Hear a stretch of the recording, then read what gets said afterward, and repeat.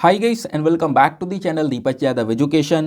Welcome to the Daily Hindu News and Editorial Analysis of 7th of December 2022. तो guys आज है तारीख 7 दिसंबर 2022 और है Wednesday.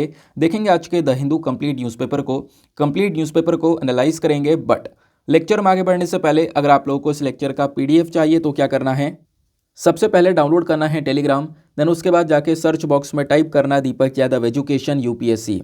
As you can see guys आप लोगों को ये वाला चैनल मिल जाएगा, इस पर क्लिक करना और जाकर इसको ज्वाइन कर लेना। ज्वाइन करने से फ़ायदा क्या होगा, यहाँ पर डेली बेसिस पर लेक्चर का पीडीएफ मिल जाता है, डेली करंट अफेयर के वीडियो का पीडीएफ मिल जाता है और डेली बेसिस पर बहुत सारे डिजिटल नोट्स मिल जाते हैं। नाउ बढ़ते हैं आगे बढ़ने से पहले हमेशा की तरह हम लोग अपने लेक्चर को एक मैप के क्वेश्चन के साथ स्टार्ट करेंगे। तो आज आप सभी लोग को मैप में जाकर देखना है डेड सी को, कहाँ पर है ये एग्जैक्टली लोकेटेड, इसको अच्छे से मैप में देखना। देन उसके बाद आकर नीचे कमेंट सेक्शन में टाइप करना, जिससे कि आप लोग इसको लंबे समय तक याद रख पाओगे। साथ ही साथ एक क्वेश्चन सॉल्व करेंगे जो कि यूपीएससी प्रीवियस ईयर साल 2007 के प्रीलिम्स में पूछा गया था। डेली बेसिस पर हम लोग यहाँ पर एक प्रीवियस ईयर क्वेश्चन को भी सॉल्व करते हैं। क्वेश्चन क्या बोलता है, इन which state is the Guru Shikhar peak located. कौन से राज्य में गुरु शिखर पीक स्थित आपको देखने को मिलेगा। Option A Rajasthan, option B Gujarat, option C Madhya Pradesh या फिर ऑप्शन डी महाराष्ट्र। तो इसका सही आंसर आप सभी को नीचे कमेंट सेक्शन में देना है। एटलीस्ट सभी को इसमें पार्टिसिपेट करना है, जैसे मैं आप लोगों से डेली बेसिस पर बोलता हूं। बाय द वे इसका जो करेक्ट आंसर है वो मैंने आपको टेलीग्राम पर प्रोवाइड करवा दिया है, वहां से भी चेकआउट कर सकते हो। और अगर वहां पर आंसर नहीं मिलता है तो भी कोई परेशान होने की ज़रूरत नहीं है, वीडियो के लास्ट में इसके करेक्ट आंसर का डिस्कशन हम लोग करेंगे। तो चलो शुभारंभ करते हैं और चलते हैं सबसे पहले फर्स्ट इंपॉर्टेंट आर्टिकल की तरफ। जो पहला इंपॉर्टेंट आर्टिकल है इसको आप लोग जीएस पेपर नंबर 3 इकोनॉमी से रिलेट कर पाओगे। अब इस आर्टिकल का कॉन्टेक्स्ट क्या है, पहले हम लोग इसको समझते हैं। हुआ यह है कि जो वर्ल्ड बैंक है इन्होंने इंडिया की जो प्रोजेक्शन ग्रोथ थी इसको अभी के समय पर बढ़ा दिया है। मतलब क्या है, देखो वर्ल्ड बैंक करता क्या है ना, दुनिया भर की कितनी ग्रोथ होगी या इंडिया की कितनी ग्रोथ होगी उसको लेकर एक डेटा देने की कोशिश करता है। जैसे कि ये जो साल चल रहा है हमारा 2022-23 वाला, तो इस पूरे साल में भारत कितना ग्रो करेगा, कितनी परसेंट यहाँ पर ग्रोथ रहने वाली है, उस चीज़ को लेकर पहले से ही एक एस्टिमेशन, एक प्रोजेक्शन डेटा देता है, एक अंदाज़ा बताता है कि हाँ इतनी ग्रोथ रहेगी। तो कहोगे इसमें खास बात क्या है, खास बात यह है कि पिछले कुछ महीनों में अगर हम देखें, पिछले लगातार 3 महीनों से जो वर्ल्ड बैंक है ये भारत की ग्रोथ को कम करता जा रहा था। जैसे 6.5% तक इसने कर दिया था कि 6.5% तक इंडिया ग्रो करेगा 2022-23 के अंदर, तो ये लगातार कम करता जा रहा था इस रेट को। अब हुआ क्या कि कल एक और रिपोर्ट आती है जहां पर वर्ल्ड बैंक ने एकदम से इस ग्रोथ रेट को बढ़ा दिया है 6.5% से। अब यहाँ पे ये बोलता है कि इस साल भारत 6.9% से ग्रो करेगा। ठीक है ना। तो वर्ल्ड बैंक ने क्या किया, कल के दिन जो ये ग्रोथ फोरकास्ट है, यानी कि ये जो अंदाज़ा लगाया गया है ग्रोथ को लेकर, इंडिया की इकोनॉमी को लेकर, ये इस साल 6.9% तक ग्रो होगी, ऐसा यहाँ पे वर्ल्ड बैंक ने बोला। जो कि अभी तक ये कह रहा था कि 6.5% तक ग्रोथ हो सकती है। आई होप आपको यहाँ पर क्लियर हुआ। तो होता है यहाँ पर यही है, बस कल ये एक फोरकास्टिंग की जा रही है, एक अंदाजा लगाकर बताया जा रहा है कि हाँ इतना ग्रो कर सकता है। ये हमेशा चेंज होता रहता है। ऐसे ही आपको पता होगा जो क्रेडिट रेटिंग एजेंसीज होती हैं, जिसमें फिच और ये सारी एजेंसीज के नाम होते हैं, ये भी यही काम करती हैं, एक अंदाज़ा लगाती हैं कि हाँ इंडिया के अंदर या फिर दुनिया भर पर कितनी ज़्यादा ग्रोथ हो रही है। तो एक बेसिकली यहाँ पर फोरकास्टिंग है।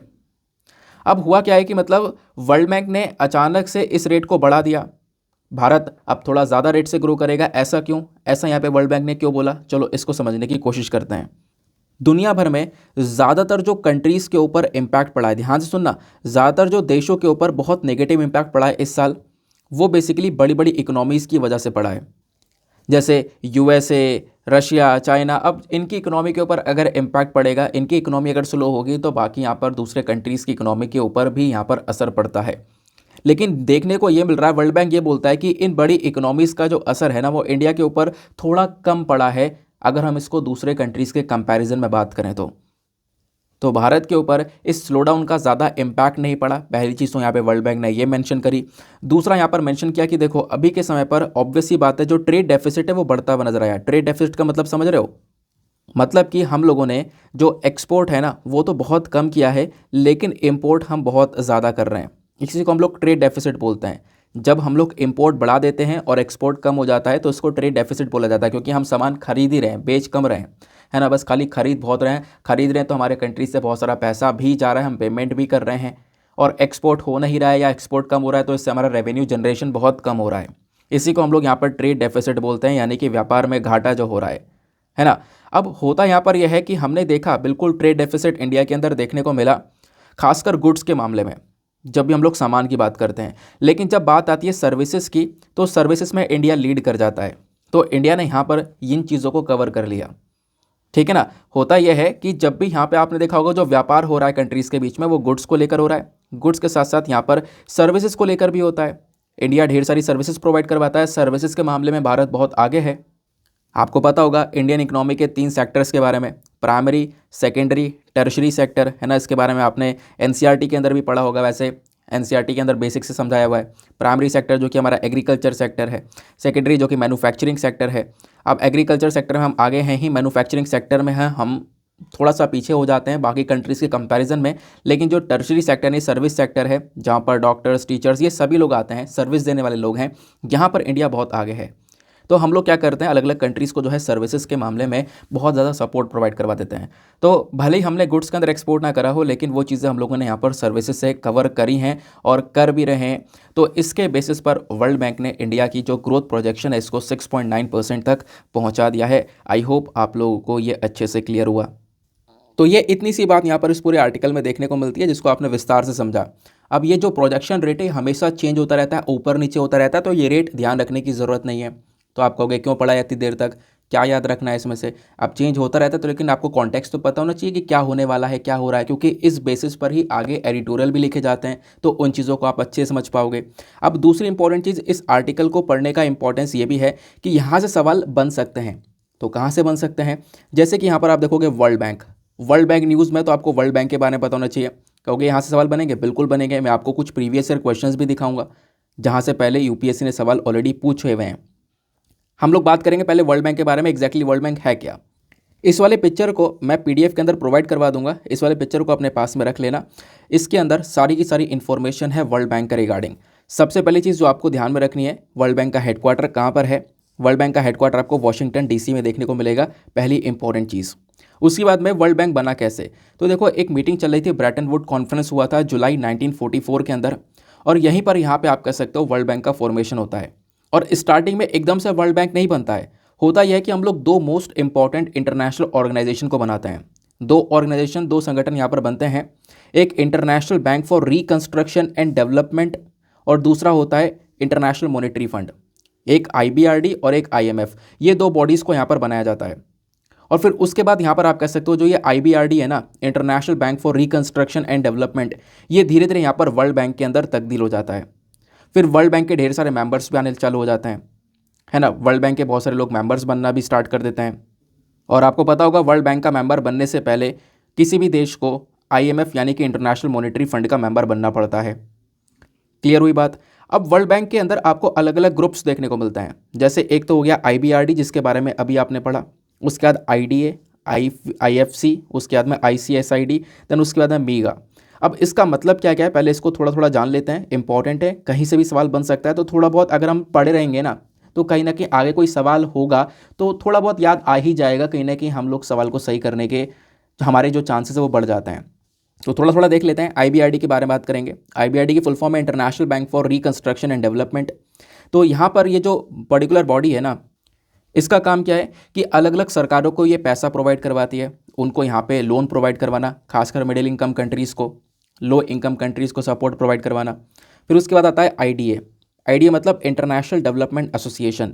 ये क्या करता है, ये जो गरीब कंट्रीज़ हैं जहाँ पर उनकी सरकार इतनी अच्छी है नहीं, मतलब इतनी सपोर्टिव गवर्नमेंट नहीं है, उस गवर्नमेंट के पास में इतने फाइनेंशियल रिसोर्सेज नहीं है, तो उनको यहाँ पर इंटरेस्ट फ्री लोन देना, है ना, यानी कि ऐसे लोन प्रोवाइड करवाना जिस पर ब्याज ना लिया जाए। तो इस प्रकार से काफ़ी सारा उधार प्रोवाइड करवाना, उनको ग्रांट्स प्रोवाइड करवाना। तो ये काम यहाँ पर IDA का होता है, यानी पुअर कंट्रीज़ को सपोर्ट प्रोवाइड करवाने का काम IDA करता है। और यहीं पर एक चीज़ और नोट डाउन करने वाली है, जब भी हम लोग बात करते हैं वर्ल्ड बैंक की ना, तो IBRD और IDA को मिलाकर वर्ल्ड बैंक बनता है। आपसे सवाल बन सकता है कि 2 कौन सी अलग अलग ग्रुप्स हैं जिसको मिलाकर साथ में वर्ल्ड बैंक बनता है, मतलब 2 ग्रुप्स ऐसे हैं जिनको मिलाकर हम बोलते हैं कि हाँ ये वर्ल्ड बैंक कहलाता है। तो वो है IBRD और IDA, दोनों की फुल फॉर्म मैंने आपको बता दिया। इसके अलावा 3 छोटे छोटे और ग्रुप्स देखने को मिलते हैं। एक है IFC यानी इंटरनेशनल फाइनेंस कॉरपोरेशन, इसका काम भी क्या है, अगेन जो भी हमारी गवर्नमेंट्स हैं अलग अलग कंट्रीज़ को, उनको सपोर्ट प्रोवाइड करवाना, इन्वेस्टमेंट उनको प्रोवाइड करवाना, है ना। ऐसे ही यहाँ पर इन दोनों बॉडीज़ का काम भी है। जैसे international centre for settlement of investment disputes की बात करें तो इनका काम भी यह है कि जो पुअरेस्ट कंट्रीज़ है उनको इंटरेस्ट फ्री लोन प्रोवाइड करवाना, है ना, क्रेडिट प्रोवाइड करवाना। ऐसे यहाँ पर मीगा का ही काम है। इसकी फुल फॉर्म है मल्टीलेटरल इन्वेस्टमेंट गारंटी एजेंसी। इसका काम है कि जो भी यहाँ पर डेवलपिंग कंट्रीज़ हैं उनमें जो इन्वेस्टमेंट है उसको प्रमोट करना, वहाँ की इकोनॉमिक ग्रोथ को सपोर्ट करना, वहाँ पे गरीबी को कम करना, जो लोग वहाँ पर रह रहे हैं उनको यहाँ पे सपोर्ट प्रोवाइड करवाना, सरकार को सपोर्ट प्रोवाइड करवाना। तो ये काम आपको मीगा का देखने को मिलेगा। तो ये अलग अलग बॉडीज़ है जिसकी फुल फॉर्म आप थोड़ा सा ध्यान में रख सकते हो। क्लियर हुई बात? वर्ल्ड बैंक के बारे में सब कुछ क्लियर हो गया। आगे आते हैं, अब थोड़ी सी टेस्टिंग करते हैं कि हमने कुछ काम का पढ़ा है भी या नहीं पढ़ा है। चलो, यूपीएससी ने साल 2016 में एक क्वेश्चन पूछा था। क्वेश्चन क्या था, इसको देखो। Consider the following statements. आपको दो स्टेटमेंट्स दी गई हैं, बताना यह है कि कौन सी स्टेटमेंट सही है। पहला स्टेटमेंट बोलता है कि जो न्यू डेवलपमेंट बैंक है, देखो ये जो क्वेश्चन है ये न्यू डेवलपमेंट बैंक को लेकर पूछा गया है। जैसे मैंने आपको वर्ल्ड बैंक के बारे में पढ़ाया वैसे न्यू डेवलपमेंट बैंक को लेकर यहाँ पर सवाल पूछा गया था। सवाल ये था कि जो न्यू डेवलपमेंट बैंक है इसको सेटअप किया गया है एपीईसी के थ्रू। दूसरा स्टेटमेंट बोलता है कि न्यू डेवलपमेंट का जो हेडक्वार्टर है वो शंघाई के अंदर है। बताओ इसका सही आंसर कौन सा है। इन दोनों स्टेटमेंट्स में से कौन सा स्टेटमेंट सही है। ऑप्शन ए बोलता है 1 only, option B 2 only, option C दोनों ही सही हैं, या फिर ऑप्शन डी ना पहला सही है ना दूसरा सही है। तो इसका करेक्ट आंसर आपको ऑप्शन नंबर बी देखने को मिलेगा, यानी कि इसका जो स्टेटमेंट है 2 है वो बिल्कुल आपको सही देखने को मिलेगा। यानी जो न्यू डेवलपमेंट बैंक है इसका हेडक्वार्टर आपको शंघाई में देखने को मिल जाता है। तो ये ऑप्शन सही रहेगा, ठीक है ना। तो हेडक्वार्टर कहाँ पर है, चाइना के अंदर, शंघाई के अंदर है। बाकी जो न्यू डेवलपमेंट बैंक है इसको किसने सेटअप किया था, किसने बनाया था, ब्रिक्स स्टेट्स ने। जो ब्रिक्स कंट्रीज़ है ना, आपको पता होगा, है ना। तो न्यू डेवलपमेंट बैंक को हम लोग ब्रिक्स डेवलपमेंट बैंक के नाम से भी जानते हैं। ब्रिक्स के बारे में अगर हम लोग बात करें तो इसमें है Brazil, Russia, India, China, south Africa. तो ये 5 कंट्रीज़ का आपको ग्रुप देखने को मिलेगा। ठीक बात हो गई। तो न्यू डेवलपमेंट बैंक को किसने इस्टेब्लिश किया है, ब्रिक्स ने, ब्रिक्स कंट्रीज़ ने मिलकर। और आपसे क्वेश्चन में क्या पूछा गया है कि इसको सेटअप किया गया है एपीईसी के थ्रू, यानी एशिया पैसिफिक इकोनॉमिक कोऑपरेशन के थ्रू। तो यहाँ पर जो पहला स्टेटमेंट है वो गलत हो जाता है और दूसरा स्टेटमेंट सही है, क्योंकि इसका हेडक्वार्टर आपको चाइना में शंघाई में देखने को मिलता है। क्लियर हो गई बात?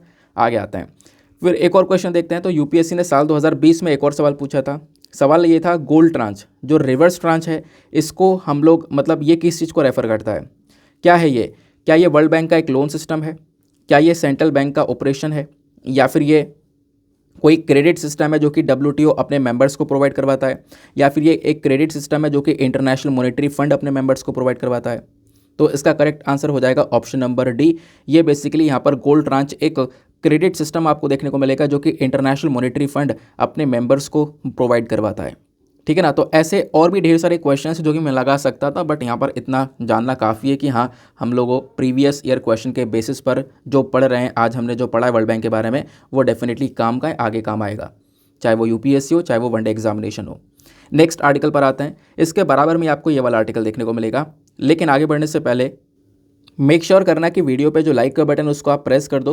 एक छोटा सा टारगेट है 5K प्लस लाइक्स का, जिसको आप लोग अचीव करवा सकते हो। साथ ही साथ में मेरे साथ में इंस्टाग्राम पे कनेक्ट कर सकते हो। इंस्टाग्राम पे जाना, सर्च बॉक्स में टाइप करना दीपक यादव एजुकेशन, आपको ये वाला प्रोफाइल मिलेगा। यहाँ पे आप मेरे साथ में पर्सनली कनेक्ट कर पाओगे। और जो भी आपसे सवाल पूछे जाता है, जैसे स्टार्टिंग में आपसे प्रीलिम्स का सवाल पूछा गया, उसके बाद आपसे बोला गया डेड सी को अच्छे से मैप में देखना, तो इन क्वेश्चंस को अटेम्प्ट क्या करो नीचे कमेंट सेक्शन में, ये आपको बहुत हेल्प करेंगे। और ये छोटी छोटी चीज़ें एग्जाम में फिर पूछ ली जाती हैं, क्योंकि लोकेशन वाइज हम लोग सारी चीज़ें रोज़ाना कवर कर रहे हैं, कुछ प्रीलिम्स के क्वेश्चन कवर कर रहे हैं। तो आप यहाँ पर इन चीज़ों को अटेम्प्ट क्या करो, जिससे कमेंट में यहाँ पर आप एक्टिवेट भी रहोगे। ना पहले हम लोग अपने थंबनेल वाले आर्टिकल को कवर करेंगे, फिर उसके बाद में हम लोग वाला आर्टिकल कवर करेंगे जो कि अभी कवरने वाले थे। तो थंबनेल में क्या मेंशन कर रखा है कि जो इंडिया की अग्नि मिसाइल है ना मतलब ये मुझे ऐसा बना बनाया मिला यार, तो मैंने मतलब टाइम था भी नहीं इतना, तो मैंने इसको यहाँ पर थोड़ा एडिट वगैरह करके ऐसी थंबनेल बना दिया। अब है क्या थंबनेल में, मैं मेंशन करता हूँ, अग्नि मिसाइल के बारे में चर्चा की जा रही है।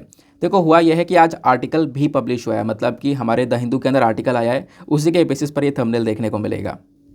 आर्टिकल क्या है, आओ उसको समझने की कोशिश करते हैं। यहाँ पर आप लोग देख पा रहे होंगे, चाइना का ही एक जहाज़ है युआन वांग 5। तो आप कहोगे इससे मिलता जुलता नाम हमने कुछ टाइम पहले भी सुना था। हाँ बिल्कुल सही कह रहे हो। तो वो यहाँ पर आप कह सकते हो युआन वांग 6 था शायद, वो भी यहाँ पर एक चाइना का ही वेसल था, चाइना का ही जहाज़ था। ये जहाज़ जो है ना, ये जासूसी करने के लिए आप कह सकते हो स्पाइंग करने के लिए जहाज़ है। और ये जो जहाज़ है ये चाइना क्या कर रहा है, ये इंडियन ओशन के अंदर एंटर करवा रहा है। और अब आप देखोगे तो ये तो कहोगे कि हाँ आया था श्रीलंका के हम्बनतोता पोर्ट तक पहुंचा था, फिर उसके बाद ये वापस चला गया था। सही बात है। अब ये दोबारा से इंडियन ओशन के अंदर री एंटर कर चुका है। ये जो आपको वेसल दिख रहा है ना, ये दोबारा से इंडियन ओशन में आ चुका है। अब इंडियन ओशन में आने के पीछे का रीज़न क्या है, पहले मैं इसको बताता हूँ। क्योंकि इंडिया ने एक अनाउंसमेंट किया है। अनाउंसमेंट क्या है कि 15 या 16 दिसंबर, ध्यान रखना 15 या 16 दिसंबर को एक बहुत बड़ी चीज़ होने वाली है। वो क्या है, 15 या 16 दिसंबर में भारत अपनी अग्नि 5 मिसाइल की टेस्टिंग करने वाला है। तो अग्नि 5 जो है इसकी हम टेस्टिंग करेंगे, जो कि जिसकी रेंज अपने आप में 5000 किलोमीटर से ज़्यादा की रेंज आपको देखने को मिल जाती है। तो इसकी यहाँ पर टेस्टिंग की जाएगी। इसी चक्कर में इंडिया ने एक अनाउंसमेंट भी कर दिया था कि हाँ, और इंडिया ने यहाँ पर आप कह सकते हो कि इशू कर दिया है NOTAM, नोटम इशू कर दिया है। अब आप कहोगे नोटम क्या है, नोटम की फुल फॉर्म है notice to airman, sorry notice, notice बोल रहा हूँ, नोटिस टू एयरमैन। अब नोटिस टू एयरमैन मैं आपको बताता हूँ। मतलब कि भारत ने पहले ही बोल दिया है कि यहाँ से हम लोग अग्नि 5 की जो टेस्टिंग है वो करने वाले हैं। उस दिन ना उस एरिया को नो फ्लाई जोन की तरह रखना, यानी उसके ऊपर से कोई भी ना उड़े, वो एरिया बिल्कुल खाली होना चाहिए, एम्प्टी होना चाहिए, ताकि वहाँ पर हम लोग अग्नि 5 मिसाइल की टेस्टिंग कर सकें। ऐसा ना हो कोई यहाँ पे प्रॉब्लम हो जाए, कोई भी दुर्घटना हो जाए, ठीक है ना। तो उसको लेकर यहाँ पर नोटम जारी किया। अब होता यहाँ पर यह है, जैसी ये बात यहाँ पर चाइना को पता चली, चाइना अपना जहाज़ लेकर आ गया इंडियन ओशन के अंदर। कहोगे चाइना क्यों आ गया जहाज़ लेकर? चाइना इसलिए आ गया ताकि वो देख सके भारत की जो ये मिसाइल है इसके बारे में पता लगा सके, है ना, इसके बारे में सारी डिटेलिंग्स यहाँ निकाल सके।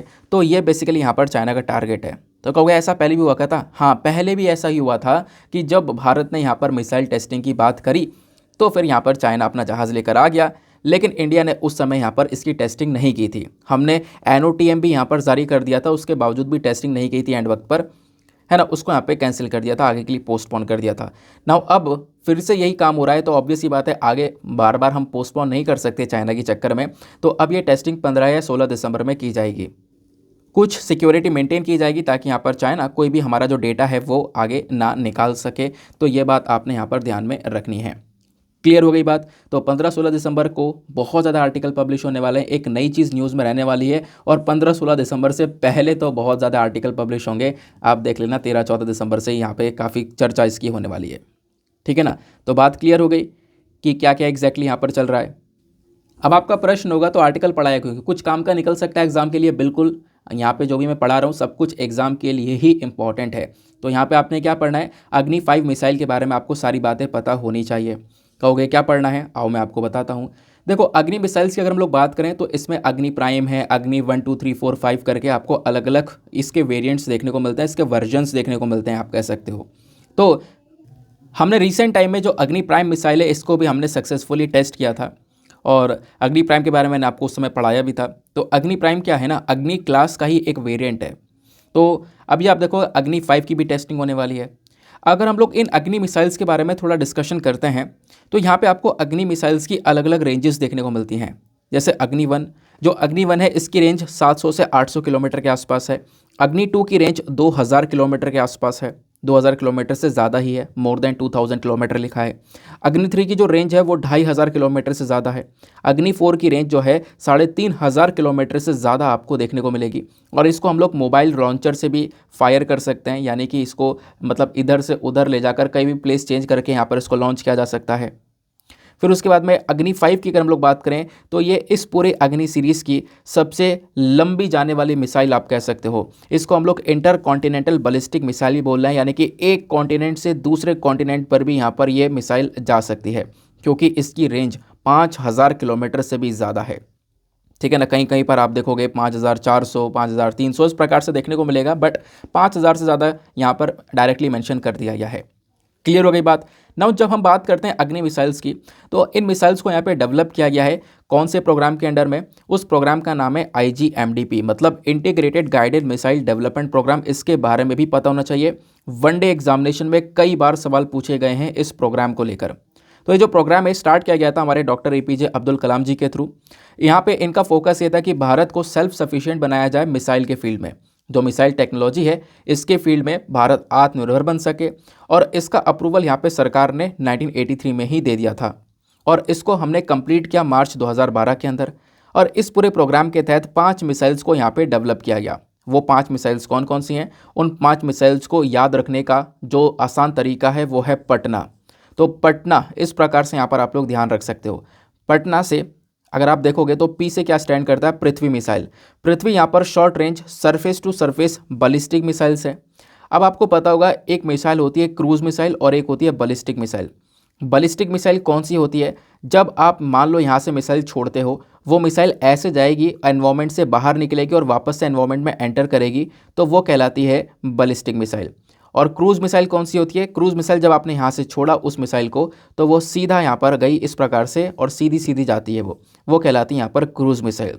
तो जो पृथ्वी है ये short range surface to surface ballistic missile है। अग्नि की बात करें तो अग्नि भी यहाँ पर एक बैलिस्टिक मिसाइल, लेकिन इसकी रेंजेस अलग अलग हैं, क्योंकि हमारे पास में इस सीरीज़ के अंदर 5 मिसाइल्स देखने को मिलती हैं। इनकी रेंजेस कैसे कैसे 700 से 800 किलोमीटर, 2500, 3500, 5000 है ना, ये मैंने अभी आपको थोड़ी देर पहले ही बताया था। फिर पी ए हो गया, फिर अब आता है टी। टी से मतलब त्रिशूल वाली जो मिसाइल है, ये short range low surface to air missile है, यानी कि सतह से हवा में आसमान में छोड़ने वाली मिसाइल देखने को मिलेगी। उसके बाद आती है नाग, ये 3rd generation anti tank missile है। दुश्मन के टैंक को भस्म करने के लिए यहाँ पर इस मिसाइल का इस्तेमाल किया जाता है। फिर आती है आकाश मिसाइल। आकाश है medium range surface to air, again सतह से हवा में छोड़ने वाली आपको ये मिसाइल देखने को मिलेगी। तो पटना के बारे में क्लियर हो गया, ये प्रोग्राम समझ में आ गया, अग्नि सीरीज़ के बारे में आपने पढ़ लिया। अब आते हैं एक क्वेश्चन की तरफ। यूपीएससी ने साल 2014 में एक प्रश्न पूछा था। प्रश्न क्या था यहाँ पर? अग्नि मिसाइल को लेकर। With reference to Agni 4 missile which of the following statements are correct. Agni 4 missile को लेकर आपको 2 स्टेटमेंट दिए गए हैं कि ये एक सरफेस टू सरफेस मिसाइल है। फिर उसके बाद में दूसरा स्टेटमेंट है कि 3 स्टेटमेंट है। पहला है सरफेस टू सरफेस मिसाइल है। दूसरा स्टेटमेंट, इसके अंदर जो फ्यूल होता है ना वो लिक्विड फ्यूल देखने को मिलता है, केवल और केवल। तीसरा स्टेटमेंट, ये लगभग 1 टन न्यूक्लियर वॉरहेड्स को डिलीवर कर सकता है 7500 किलोमीटर की दूरी तक। थर्ड स्टेटमेंट तो यहीं कैंसिल हो जाता है, क्योंकि ये अग्नि 4 की हम लोग बात कर रहे हैं। और आपको पता होगा कि अभी जो अग्नि 5 है ये लेटेस्ट है, जिसकी हम टेस्टिंग करेंगे, और ये सबसे ज़्यादा लंबे जाने वाली मिसाइल है और इसकी रेंज केवल 5000 है। तो अग्नि 4 मिसाइल 7500 किलोमीटर की दूरी तक कैसे जा सकता है? तो उसके बाद मतलब उसी को देखते हुए जो हमारा थर्ड स्टेटमेंट है वो तो वैसे ही गलत हो जाता है। और जब आप ऑप्शन पर नज़र मारोगे तो ऑप्शन ए बोलता है इन स्टेटमेंट से, इन तीनों स्टेटमेंट में से कौन कौन से स्टेटमेंट सही हैं। ऑप्शन ए बोलता है 1 only, option B 2 and 3 only, option C 1 and 3 only, और ऑप्शन डी तीनों के तीनों सही हैं। लेकिन मैंने आपको बताया क्या कि जो थर्ड स्टेटमेंट है वो गलत है, क्योंकि जो लेटेस्ट है उसकी रेंज यहाँ पर उसी की रेंज लगभग 5000 से ज़्यादा किलोमीटर की है और ये बात कर रहा है 7500 की, तो ये कैंसिल हो जाता है। और आप देखोगे ऑप्शंस को तो option number B C D इन तीनों के अंदर 3 यहाँ पर देखने को मिलेगा। तो 3 तो वैसे भी गलत है ना, तो इन तीनों को आप लोग हटा सकते हो। बचा क्या हमारे पास? केवल और केवल 1 ओनली। तो जो अग्नि 4 मिसाइल है ये बेसिकली एक सरफेस टू सरफेस मिसाइल की कैटेगरी में आपको देखने को मिलती है। सिंपल हो गया, मज़ा आ गया आर्टिकल पढ़कर। चलो आगे आते हैं नेक्स्ट आर्टिकल पर। नेक्स्ट इस वाले आर्टिकल को हम वैसे कवर कर रहे थे, लेकिन बाद में हम थंबनेल वाले आर्टिकल पर चले गए। यहाँ पे बात की जा रही है curbing terror financing in Afghanistan holds the key to regional security. ऐसा हमारे नेशनल सिक्योरिटी एडवाइज़र का कहना है। मतलब क्या समझते हैं? यहाँ पे हम लोग बात करने वाले हैं अफगानिस्तान की, सेंट्रल एशियन कंट्रीज़ की और साथ ही साथ में भारत की। तो देखो आज के समय पर अफगानिस्तान के अंदर बहुत ज़्यादा आतंकवाद देखने को मिला है ना। उसके साथ साथ अफगानिस्तान में और भी ढेर सारी प्रॉब्लम्स देखने को मिली। और सबसे बड़ी प्रॉब्लम यहाँ पर यह आ जाती है कि अभी इंडिया जो है ना वो अफगानिस्तान के अंदर जो तालिबान है, तालिबान का कंट्रोल है ना, इसको रिकग्निशन भी नहीं देता। इसको यहाँ पर कोई पहचान नहीं दी, इसको हम लोग यहाँ पर अभी सरकार मानते भी नहीं है। तो इंडिया की साइड से कोई रिकग्निशन अभी यहाँ पर तालिबान को मिला भी नहीं है। तो ढेर सारे हमारे कनेक्टिविटी के इश्यूज़ भी आते हैं। मैं आपको बता दूं जो हमारे पास में सेंट्रल एशियन कंट्रीज़ हैं, आपको पता होगा सेंट्रल एशिया के अंदर टोटल 5 कंट्रीज़ आती हैं। कौन कौन सी हैं वो? उनको हम मैप के माध्यम से देखेंगे तो वो 5 कंट्रीज़ की जब हम बात करते हैं तो पहला है कज़ाकिस्तान, देन उसके बाद उज़्बेकिस्तान, देन इधर तुर्कमेनिस्तान, ताजिकिस्तान, किर्गिस्तान। ये आपको टोटल 5 देश देखने को मिलते हैं। ये पांचों देश क्या कहलाते हैं? Central Asian countries. तो आपसे पूछ रहा है सेंट्रल एशिया के अंदर कितने देश हैं? 5 देश हैं। पाँचों के 5 के नाम आपको यहाँ पे पता होने चाहिए। इसके जस्ट नीचे आपको अफगानिस्तान देखने को मिलेगा। अब एक प्रॉब्लम है, पता है हम लोग सेंट्रल एशियन कंट्रीज़ के साथ में काफ़ी सारी बातचीत भी करते हैं, लंबे समय से डिस्कशन करते हुए भी आ रहे हैं। ये पांचों कंट्रीज़ भारत के लिए बहुत ज़्यादा इंपॉर्टेंट है। उसके पीछे का रीज़न क्या है वो अभी आपको थोड़ी देर में समझ में आ जाएगा। लेकिन उस रीज़न को समझने से पहले एक बात और देखो कि इन कंट्रीज़ के साथ में हमारी कनेक्टिविटी नहीं हो पाती। हम लोग चाहते हैं कि इन कंट्रीज़ के साथ में कनेक्टिविटी हो जाए हमारे, हम लोग व्यापार करें, यहाँ से बहुत सारा सामान मंगाएं, बहुत सारा सामान इनको बेचें, लेकिन कनेक्टिविटी यहाँ पर है ही नहीं। और बीच में यहाँ पर पाकिस्तान आ जाता है, जिसकी वजह से इश्यूज़ हमारे और ज़्यादा बढ़ जाते हैं। तो इनके साथ में हमने कनेक्टिविटी को प्रमोट करने के लिए, कनेक्टिविटी को बढ़ाने के लिए काफ़ी सारी मीटिंग्स भी करी हैं। उन मीटिंग्स का क्या निचोड़ निकल कर आया है वो भी हम लोग अब थोड़ी देर में समझेंगे। तो अभी यही हुआ कि जो हमारा सेंट्रल एशियन कंट्रीज़ आपको देखने को मिल रही है और साथ ही साथ में इंडिया जो है, इनके बीच में एक मीटिंग होती है। इंडिया और सेंट्रल एशिया के मिनिस्टर्स के बीच में यहाँ पर बातचीत हुई और वहाँ पर हमारे नेशनल सिक्योरिटी एडवाइज़र ने मेंशन किया है कि आज के समय पर आतंकवाद को ख़त्म करना अफ़गानिस्तान के अंदर से, ये एक सबसे इम्पॉर्टेंट आप कह सकते हो कि स्टेप हमारा उठाना होगा। और ये करना ही होगा क्योंकि देखो सेंट्रल एशियन कंट्रीज़ ऊपर आ गई, भारत नीचे आ गया, बीच में अफगानिस्तान पड़ता है, जिससे यहाँ पर इन कंट्रीज़ के ऊपर एक बहुत बुरा इम्पैक्ट पड़ता हुआ नज़र आता है। और इसको लेकर हमारे प्राइम मिनिस्टर ने भी रिसेंटली एक डिस्कशन किया था। रिसेंटली नहीं कहेंगे, लेकिन अभी जनवरी के मंथ में, अब हम लोग दिसंबर में आ चुके हैं, तो जनवरी के मंथ में भी आप कह सकते हो कि इंडिया और सेंट्रल एशिया के बीच में एक समिट हुआ था। उस समिट में हमारे प्राइम मिनिस्टर ने इन पांचों कंट्रीज़ के लीडर्स के साथ में काफ़ी सारे डिस्कशन करे थे, सिक्योरिटी इश्यूज़ के बारे में चर्चा करी थी, उसके बाद में कनेक्टिविटी के बारे में चर्चा करी थी। तो यहाँ पे जो हमारे नेशनल सिक्योरिटी एडवाइज़र हैं वो बात ये करते हैं कि अफ़गानिस्तान के अंदर सिचुएशन को ठीक किया जाए, यानी इस मीटिंग के अंदर अफ़गानिस्तान को लेकर ही सारा का सारा डिस्कशन किया गया। यहाँ पे सिचुएशन को ठीक किया जाए, अफ़गानिस्तान अगर यहाँ पर ठीक होता है, यहाँ पे आतंकवाद ख़त्म होता है तो ये रीजन स्टेबल हो पाएगा। अदरवाइज़ जो ये टेररिज्म है ये काफ़ी हद तक बढ़ता रहेगा, उसको लेकर यहाँ पर यह बातचीत होती हुई नज़र आई है। क्लियर हो गई इन्फॉर्मेशन। अब थोड़ा सा हम लोग डिस्कस करेंगे इंडिया और सेंट्रल एशियन कंट्रीज़ के रिलेशंस के बारे में। तो आपसे यहाँ पर सवाल बन सकता है, पहली बात तो लोकेशन आपको ध्यान में रखनी है, क्योंकि आपको पता होगा इस बार यूपीएससी ने साल 2022 में अफगानिस्तान की लोकेशन डायरेक्टली पूछ ली थी। ऐसे ढेरों क्वेश्चंस आप देखोगे हर साल आ रहे हैं मैप को लेकर कि ये कंट्री किन किन के साथ में बॉर्डर्स को शेयर करती है। इस वजह से रोज़ाना मैं आपको स्टार्टिंग में एक मैप का क्वेश्चन भी देता हूँ। क्वेश्चन ये पहले मैं काफ़ी बार डिस्कस कर चुका हूँ, तो आप भी बोर हो गए होंगे जो लंबे समय से देख रहे होंगे, लेकिन फिर भी यहाँ पर कोई बात नहीं, रिविजन होता रहेगा तो इंपॉर्टेंट सी चीज़ें यहाँ पे कवर होती रहेंगी। तो क्वेश्चन यहाँ पर ये था कि साल 2022 का था ये, अब की बार पूछा गया था। यहाँ पे कुछ कंट्रीज़ के नाम दिए गए, Azerbaijan, Kyrgyzstan, Tajikistan, Turkmenistan, Uzbekistan. पूछा ये गया कि इन कंट्रीज़ में से कौन कौन से देश जो कि अफ़गानिस्तान के साथ में बॉर्डर शेयर करते हैं, यानी अफ़गानिस्तान की लोकेशन आपसे पूछ ली गई थी। तो यहाँ पे इसका करेक्ट आंसर आपको सी देखने को मिलेगा, 3, 4 एंड 5 ओनली यहाँ पर करेक्ट होना चाहिए। और यहाँ पे आप देखोगे यानी कि 3, 4 और 5।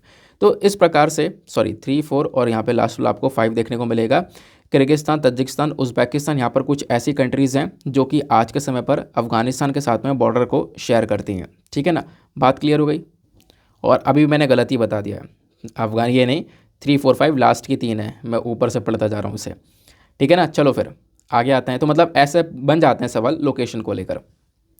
अब बात करते हैं थोड़ा सा इंडिया और सेंट्रल एशियन कंट्रीज़ के रिलेशंस के बारे में। सेंट्रल एशियन कंट्रीज़ कौन कौन सी, मैंने आपको बता दिया पहले ही, 5 कंट्रीज़ हैं। एक बार रिवीजन लेते हैं, Kazakhstan, Kyrgyzstan, Tajikistan, Turkmenistan, Uzbekistan. ये लास्ट में स्थान लगे हुए हैं। ये पाँचों कंट्रीज़ आपको यहाँ पर देखने को मिलती हैं सेंट्रल एशिया के अंदर आने वाली कंट्रीज़। अब इंडिया और सेंट्रल एशिया के बीच में बातचीत होती है, जिसको हम लोग इंडिया सेंट्रल एशिया डायलॉग के नाम से भी जानते हैं। ठीक है ना, तो इसमें ये पांचों कंट्रीज़ और इंडिया दोनों लंबे समय से डिस्कशन कर रहे हैं। अच्छा, ये जो पांचों देश हैं, ये पांचों देश आपको पता होगा यूएसएसआर में से निकल कर बने हैं, यानी कि ये पांचों देश 1991 से पहले यूएसएसआर का हिस्सा हुआ करते थे, यानी उस समय का जो रशिया हुआ करता था, सोवियत यूनियन, उसका हिस्सा हुआ करते थे। लेकिन 1991 में यह यूएसएसआर टूट जाता है, जिसके अंदर से 15 देश बनते हैं और उन 15 देशों में से 5 देश यहाँ पर ये सेंट्रल एशियन वाली कंट्रीज़ भी बनकर निकलती हैं। ये बात सबको पता होगी, नहीं पता है तो यहाँ पर अब थोड़ा सा इसके बारे में क्लियर हो गया होगा। अब उसके बाद अगर हम बात करें, ये जो समिट होता है ना इंडिया और सेंट्रल एशिया कंट्रीज़ के बीच में जो बातचीत होती है, या हाल ही में हमारे प्राइम मिनिस्टर ने जो बातचीत करी भी है, वहाँ पे हमेशा से ही एक फोकस रहा है कनेक्टिविटी के ऊपर। क्योंकि मैंने आपको बताया कि इन कंट्रीज़ के साथ में भारत की कनेक्टिविटी प्रॉपर नहीं हो पाती है, तो हमेशा से हम लोग यहाँ पर कनेक्टिविटी के बारे में चर्चा करते हैं। तो अगर कनेक्टिविटी हो जाए तो इससे ढेर सारा यहाँ पर बेनिफिट्स हमें भी होगा और साथ ही साथ में यहाँ पर उन कंट्रीज़ को भी ढेर सारे बेनिफिट्स देखने को मिलेंगे। बाकी अगर मैं बात करूँ, एक सेकंड रुक जाओ, मेन पॉइंट पर मैं आपको लेकर चलता हूँ। हाँ, ये रहा इंडिया का जब आप स्टैंड देखोगे इन पांचों कंट्रीज़ के लिए, तो किस किस चीज़ को लेकर है। अगर हम बात करें कजाकिस्तान को लेकर, तो कजाकिस्तान भारत के लिए एक बहुत इंपॉर्टेंट पार्टनर है, खासकर एनर्जी सिक्योरिटी के मामले में। ढेर सारी एनर्जी और नेचुरल रिसोर्सेज कजाकिस्तान के अंदर पाए जाते हैं और ये इस चीज़ को हम लोग यहाँ पर इंडिया में मंगा सकते हैं। और आप रिलेशन देखोगे तो रिसेंटली हमने देखा था कजाकिस्तान के अंदर बहुत प्रॉब्लम्स हुई थी, गैस के दाम बढ़ गए थे, लड़ाइयाँ चल रही थी, लोग यहाँ पे प्रोटेस्ट कर रहे थे, उनके ऊपर यहाँ पर आप कह सकते हो काफ़ी ज़्यादा अटैक किया गया, हालत बहुत बेकार हो गए थे। तो जिन भी लोगों की यहाँ पर जान गई थी, प्रॉपर्टी ख़राब हुई थी, उन सबको देखते हुए भारत ने यहाँ पर इनको एक तरीके से आप कह सकते हो कॉन्डोलेंसेस भी एक्सप्रेस किया था, ऐसा यहाँ पे कह सकते हो। भारत ने अपना दुख भी दिखाया था इन सभी की मृत्यु के ऊपर। फिर उसके बाद में इंडिया का स्टैंड अगर उज़्बेकिस्तान को लेकर देखें तो उज़्बेकिस्तान इंडिया का एक एक्टिव पार्टनर देखने को मिलेगा, खासकर कोऑपरेशन हमारा उज़्बेकिस्तान के साथ में काफ़ी ज़्यादा बेहतर है। फिर तजिकिस्तान के साथ में बात करें तो दोनों कंट्रीज़ मिलकर आज के समय पर अगेन सिक्योरिटी के फील्ड में काम करती हैं। तुर्कमेनिस्तान की बात करें तो तुर्कमेनिस्तान एक अगेन बहुत ज़्यादा इम्पॉर्टेंट कंट्री है भारत के लिए। क्यों इंपॉर्टेंट है? क्योंकि आपको पता होगा तो तुर्कमेनिस्तान जो है ना, बेसिकली यहाँ पर अशगाबाद एग्रीमेंट का यहाँ पर जो पार्ट है वो बन जाता है। अशगाबाद भी आपको तुर्कमेनिस्तान में ही देखने को मिलेगा। जो अशगाबाद एग्रीमेंट है, ये एग्रीमेंट क्या करता है? ये एग्रीमेंट यहाँ पर एक कनेक्टिविटी को प्रमोट करने का काम करता है, जहाँ पर हम इंडिया को इन कंट्रीज़ से कनेक्ट कर पाते हैं। तो ये जो एग्रीमेंट आपको देखने को मिलेगा, इसको ढेर सारी कंट्रीज़ ने यहाँ पर ज्वाइन किया था। इंडिया यहाँ पर आप कह सकते हो कि इन कंट्री से, इन सेंट्रल एशियन कंट्रीज से कनेक्ट हो सकता है इस अशगाबाद एग्रीमेंट के माध्यम से। तो यहाँ पर सबसे अच्छी बात यही है कि जो तुर्कमेनिस्तान है एक बहुत इंपॉर्टेंट रोल प्ले करता है हमारे लिए, खासकर इन बाकी चारों कंट्रीज से साथ में जुड़ने के लिए। व्यापार आप देखोगे तो भारत का जो व्यापार इन सेंट्रल एशियन कंट्रीज़ के साथ में वो हमेशा से ही काफ़ी अच्छा रहा है। और 2019 तक बात करें तो व्यापार 1.4 बिलियन डॉलर्स तक पहुंच गया था, लेकिन बाद में 2020-21 के बाद जो ये कोविड का समय देखने को मिला 2020-21 वाला, यहाँ पे व्यापार काफ़ी डाउन हो गया था। नाउ अब धीरे धीरे वापस से यहाँ पर ये व्यापार रिवाइव हो रहा है, हम ऐसा बोल सकते हैं। बाकी आप देखोगे कुछ और चीज़ें बताई जा रही हैं, जैसे ये मैं ऑलरेडी डिस्कस कर चुका हूँ तो इसके बारे में चर्चा नहीं कर रहा हूँ, क्योंकि सेंट्रल एशियन कंट्रीज़ और भारत के बीच में आपको एक तापी प्रोजेक्ट देखने को मिलेगा। तापी के बारे में आपको पता होगा, है ना?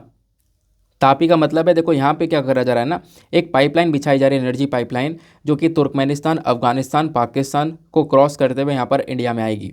तुर्कमेनिस्तान से हम ढेर सारी एनर्जी को यहाँ पर लेंगे, ठीक है ना? तो एक नेचुरल गैस बेसिकली लेंगे, तो नेचुरल गैस पाइपलाइन ये देखने को मिलती है। इस पाइपलाइन को डेवलप किया है एशियन डेवलपमेंट बैंक ने, तो इसके बारे में यहाँ पर ध्यान रख सकते हो। तो ये तापी पाइपलाइन भी तुर्कमेनिस्तान से निकल कर आती है, ताकि हम तुर्कमेनिस्तान से ढेर सारा क्या परचेस कर सकें, नेचुरल गैस परचेस कर सकें। तो इसको लेकर भी आप देखोगे तुर्कमेनिस्तान काफ़ी ज़्यादा इंपॉर्टेंट बन जाता है भारत के लिए। तो कहोगे ये सारी बातें जो आपने बताई हैं कहाँ पे हेल्प करेंगी? ये आपको हेल्प करेंगी जीएस पेपर नंबर 2 के अंदर, इंटरनेशनल रिलेशंस में। आपको पता है मेंस में डायरेक्टली सवाल पूछ लिए जाते हैं इन कंट्रीज़ के रिलेशंस को लेकर। तो आपसे सवाल बन सकता है सेंट्रल एशियन कंट्रीज़ और भारत के रिलेशंस कहाँ पर किस प्रकार से स्टैंड करते हैं उसके बारे में। इन दोनों कंट्रीज़ के बीच में अगर आपसे इंटरव्यू पर्सपेक्टिव या कहीं पर भी पूछा जाए कि इन कंट्रीज़ में प्रॉब्लम क्या है, एक प्रॉब्लम यहाँ पर यही है कि कनेक्टिविटी इशू, कि हम लोग इन कंट्रीज़ के साथ में कनेक्ट नहीं कर पाते, और कनेक्ट करने के लिए क्या करना पड़ता है, हमें अफ़गानिस्तान का इस्तेमाल करना पड़ता है। अफ़गानिस्तान के थ्रू रास्ता निकलता है, या फिर जो ईरान के अंदर हम लोगों ने पोर्ट डेवलप किया है, चाबार पोर्ट हो गया या ईरान का खुद का बंदर अब्बास पोर्ट हो गया, वहाँ से हम लोग आगे अफ़गानिस्तान से पहुँचते हुए ऊपर सेंट्रल एशियन कंट्रीज़ तक पहुँच पाते हैं, या तो ये एक रास्ता है। तो ये कुछ रास्ते यहाँ पर देखने को मिलते हैं, अदरवाइज़ कनेक्टिविटी हमारी अच्छी इनके साथ में है नहीं, तो ये एक इशू भी यहाँ पर नज़र आता है। क्लियर हो गई बात? आगे आते हैं। नाउ यहाँ पर एक छोटा सा आर्टिकल निकल कर आता है, कुछ ज़्यादा खास इंपॉर्टेंट इन्फॉर्मेशन यहाँ पर नहीं निकली है, बट फिर मैं आपको बताता हूँ। बात की जा रही कंगारू कोर्ट के बारे में। कंगारू कोर्ट क्या होती है अभी डिस्कस करेंगे। कंगारू कोर्ट ने अभी क्या किया, कुछ फाइन मारा है, आप कह सकते हो कि कपल्स के ऊपर। अब वो एक कपल आपको देखने को मिलेगा जिन्होंने यहाँ पर अपनी मन पसंदीदा शादी करी है ना? दोनों यहाँ पर आपको दलित कम्युनिटी के देखने को मिलेंगे, जैसा इस आर्टिकल के अंदर मेंशन किया जा रहा है। हालांकि यहाँ पे कुछ ओपोजिशन निकल कर आया, जिन्होंने यहाँ पर कुछ क्वेश्चंस उठाए कि दोनों ने यहाँ पर शादी करी, लव मैरिज करी, तो इस प्रकार से यहाँ पर ये चीज़ें नज़र आई। तो इसको लेकर यहाँ पर क्या होता है कि इनको लेकर एक केस दर्ज करवाया जाता है और इनके ऊपर 25,000 रुपये का फ़ाइन डाला जाता है। 25,000 रुपये का जुर्माना इनकी फैमिलीज़ के ऊपर यहाँ पे मारा जाता है कि यहाँ पे आपने कुछ कहा नहीं और यहाँ पे उन्होंने लव मैरिज करी है ना? पहले यहाँ पर मतलब आप कह सकते हो रिलेशन में थे, फिर शादी कर ली, तो इसके बेसिस पर यहाँ पे इनके ऊपर जुर्माना डाला। और यहाँ पे ये बोला कि देखो जो ये गाँव है ना, इसमें यहाँ पर ये चीज़ें सही नहीं लगती हैं, और इस गांव का यहाँ पे जो नाम है वो यहाँ पे थोगरापल्ली देखने को मिलेगा। और मेंशन ये किया जा रहा है कि अब जो विलेज है, विलेज ने यहाँ पे इस गांव ने क्या किया, जो भी लोग यहाँ पर अगर इस प्रकार से लव में फॉल हो रहे हैं ना, तो इन लोगों के लिए यहाँ पर जो फ़ाइन है वो चार्ज करना स्टार्ट किया और इसकी शुरुआत हो चुकी है। तो एक कंगारू कोर्ट ने यहाँ पर इस प्रकार से जो फ़ाइन है वो मार दिया है, ऐसा यहाँ पर आपको इस आर्टिकल में देखने को मिल जाता है। तो अगेन यहाँ पर आर्टिकल में कुछ भी खास ऐसी चीज़ नहीं है जो आपको एग्जामिनेशन में पूछी जाए, लेकिन डेफिनेटली कंगारू कोर्ट का कॉन्सेप्ट आपसे पूछा जा सकता है कि आखिरकार ये कॉन्सेप्ट है क्या। चलो थोड़ा बहुत यहाँ पर डिस्कस करते हैं। कंगारू कोर्ट की बात करें तो इसको हम लोग एक अनऑफिशियल कोर्ट की तरह देखते हैं। ये जो कोर्ट है एक ग्रुप के थ्रू यहाँ पे मैनेज किया जाता है, और सबसे बड़ी बात, ये जो ग्रुप होता है यानी इसमें कुछ जो लोग होते हैं जो कि यहाँ पर इस अनऑफिशियल कोर्ट को चला रहे हैं, ये इनके पास में कोई अच्छे सबूत नहीं होते, उसके बावजूद भी ये केस को देखते रहते हैं। यानी कि ऐसे यहाँ पे बिना किसी कानून के हिसाब से चलता हुआ ये कोर्ट नज़र आता है। ये लोग यहाँ पे कोई भी लॉ और जस्टिस का जो स्टैंडर्ड होता है उसको एक्सेप्ट ही नहीं करते हैं।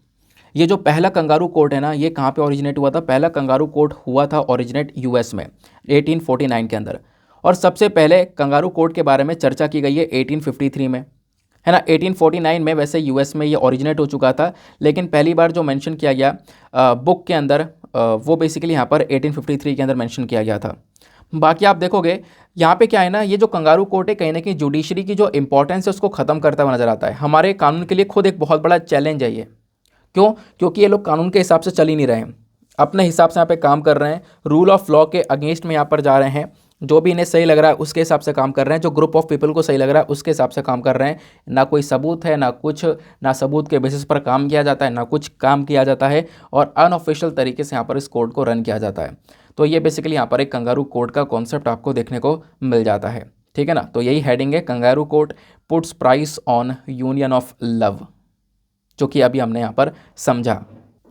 ना यहाँ पर आपको दो छोटे छोटे आर्टिकल्स और देखने को मिलेंगे। सबसे पहला आर्टिकल आता है यहाँ पर ये वाला, जो हमारे लॉ मिनिस्टर हैं इनका एक स्टेटमेंट है। स्टेटमेंट क्या है?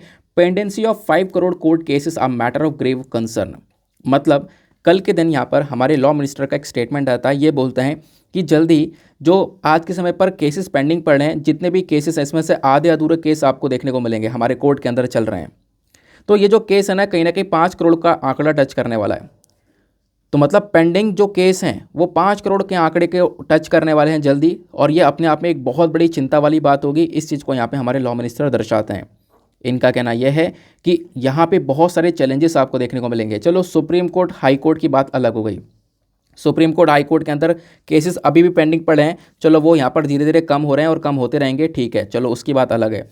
लेकिन लोअर कोर्ट्स को कौन देखेगा? लोअर कोर्ट्स के अंदर सबसे बड़ा रियल चैलेंज है आज के समय पर, ऐसा हमारे लॉ मिनिस्टर ने बोला। वहाँ पर और भी बहुत बहुत प्रॉब्लम्स हैं, इंफ्रास्ट्रक्चर प्रॉब्लम्स और भी ढेर सारी प्रॉब्लम्स हैं, जिसके बेसिस पर इन पेंडिंग केसेस को वापस से निपटा पाना, इन पेंडिंग केसेस का बैकलॉग को ख़त्म करना थोड़ा सा मुश्किल हो जाता है, ठीक है ना। तो अगेन अगर ये पेंडिंग केसेस का आंकड़ा ऐसे ही बढ़ता रहा तो अगेन भारत के लिए यहाँ पर एक बहुत बड़ा चैलेंज, एक बहुत बड़ी चिंता वाली बात है। और ये जो केसेस बढ़ रहे हैं इसके पीछे का रीज़न क्या है वो यहाँ पर इन्होंने मेंशन किया है।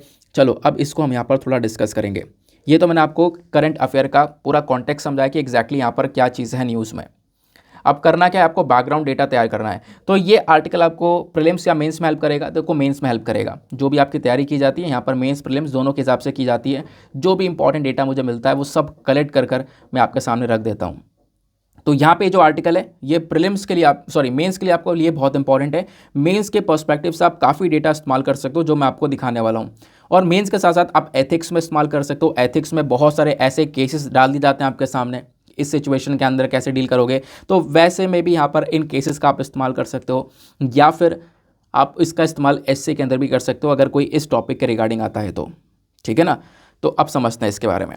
तो जो भारत के अंदर पेंडेंसी ऑफ केसेस को देखेंगे तो लगभग 4.7 करोड़ के आसपास केसेस पेंडिंग देखने को मिलेंगे हमारी अलग अलग लेवल्स पर। यानी कि जो जुडिशरी है, हाई कोर्ट है, सुप्रीम कोर्ट है, हमारे जो आप कह सकते हो हाई कोर्ट्स हो गए, लोअर कोर्ट्स हो गए, ये अलग अलग जो लेवल्स नज़र आते हैं ना, इन अलग अलग लेवल्स में लगभग 4.7 करोड़ से ज़्यादा केसेस पेंडिंग है। ये 5 करोड़ का आंकड़ा टच करने वाला है, वही चीज़ यहाँ पर इन्होंने बताई।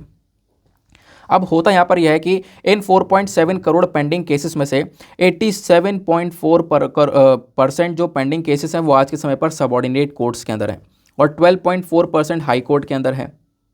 और मतलब हाई कोर्ट, सुप्रीम कोर्ट के अंदर तो फिर भी केसेस पेंडिंग कम पड़े हुए हैं, लेकिन सबऑर्डिनेट कोर्ट में, लोअर कोर्ट्स के अंदर केसेस अभी भी बहुत ज़्यादा पेंडिंग देखने को मिलेंगे, ठीक है ना। और इन केसेस में से जो ये 4.7 करोड़ के आसपास केसेस पेंडिंग पड़े हुए हैं, इनमें से 1,82,000 के आसपास जो केसेस हैं ना वो 30 साल पुराने हैं। 30 ईयर्स से उनके ऊपर सुनवाई नहीं हुई है। तो आप इमेजिन कर सकते हो इतने पुराने पुराने केसेस भी आज के समय पर देखने को मिल रहे हैं। 1990s के केसेस भी आज के समय पर न्यूज़ में देखने को मिल रहे हैं। तो उसके बेसिस पर यहाँ पे अब बात की जाती है बॉम्बे हाई कोर्ट के बारे में। अब इनफैक्ट आप बॉम्बे हाई कोर्ट की बात करोगे तो बॉम्बे हाई कोर्ट में लगभग 5.88 लाख के आसपास केसेस पेंडिंग पड़े हुए थे। और अभी के समय पर आप देखोगे लगभग 16,000 से ज़्यादा जो क्रिमिनल केसेस है वो 10 साल पुराने पेंडिंग पड़े हुए हैं बॉम्बे हाई कोर्ट में। तो आप इमेजिन कर सकते हो कि हाँ क्या हालात यहाँ पे कोर्ट्स के अंदर देखने को मिल रही हैं इस पेंडेंसी ऑफ केसेस वाले सिचुएशन को लेकर। अब बात ये आती है कि ऐसी सिचुएशन जो हुई है उसके पीछे का कारण क्या है, मेजर रीजंस क्या हैं जिसकी वजह से यहाँ पर केसेस पेंडिंग हुए हैं। तो आप डायरेक्टली यहाँ पर एग्जाम में लिख भी सकते हो, नोट डाउन कर सकते हो। तो सबसे पहला यहाँ पर रीज़न ये देखने को मिलेगा ओवरऑल शॉर्टेज ऑफ जजेस। प्रॉब्लम यहाँ पर ये है कि जजेस की काफ़ी बड़ी कमी है। जब आप दूसरे देशों को देखते हो ना तो वहाँ पर बाकी जो जनसंख्या है उन जनसंख्या के हिसाब से अच्छी खासी मात्रा में जजेस नज़र आते हैं, लेकिन इंडिया में पॉपुलेशन के बेसिस पर अगर हम देखें तो जजेस की संख्या बहुत ज़्यादा कम है। ठीक है ना, ये बात यहाँ पे बताई गई। तो शॉर्टेज ऑफ जजेस यहाँ पे पहला प्रॉब्लम हुआ। दूसरा प्रॉब्लम यहाँ पर आपके कोर्ट के पास में बिल्कुल भी बेसिक इंफ्रास्ट्रक्चर नहीं है। बेसिक इंफ्रास्ट्रक्चर की काफ़ी बड़ी कमी आपको देखने को मिल जाती है। कोर्ट को इस बेसिस पर कोई सपोर्ट नहीं मिल पाता। और फिर उसके बाद में कोरोना वायरस पेंडेमिक आया तो कोरोना के चक्कर में यहाँ पर हमारा जुडिशियल सिस्टम और बुरी तरह से अफेक्ट हुआ। हम लोग यहाँ पर डिजिटल गए, ऑनलाइन वे में केसेस को सॉल्व करने की कोशिश करी। तो उसके बेसिस पर आप कह सकते हो जब लॉकडाउन वगैरह लगा था और ऑनलाइन वे में गए तो वहाँ पे हमारे पास में पहले तो ऑनलाइन वाला सिस्टम था नहीं, अब धीरे धीरे उन चीज़ों को इंस्टॉल करना पड़ा, नई नई चीज़ें यहाँ पर ऐड अप करनी पड़ी। तो इससे यहाँ पे जो प्रोसीजर है वो और ज़्यादा स्लो हो गया, और स्लो होने के बाद यहाँ पर आप देखोगे केसेस और ज़्यादा पेंडिंग पड़े रह गए। तो वो प्रॉब्लम यहाँ पर नज़र आती है। तो आपके नज़रिए में क्या सोल्यूशन हो सकता है? चलो मैं इसको यहाँ पर आगे कवर नहीं करूँगा, आगे आप बताओगे मुझे थोड़ा सा। 5 चीज़ें ऐसी बताओ कि जिसके बेसिस पर हम क्या कर सकते हैं, इन पेंडेंसी ऑफ केसेस को रिजॉल्व कर सकते हैं। ये जो केसेस पेंडिंग पड़े हैं इनको कैसे यहाँ पे कम किया जा सकता है। कोई 5 सॉल्यूशंस हैं आपके पास में? अगर सॉल्यूशन है ज़रा नीचे कमेंट सेक्शन में उन 5 सॉल्यूशन के बारे में मेंशन करो। जिसका भी आंसर बहुत अच्छा होता है ना, बहुत अल्टीमेट सॉल्यूशन होता है, उसको मैं पिन कर दूंगा।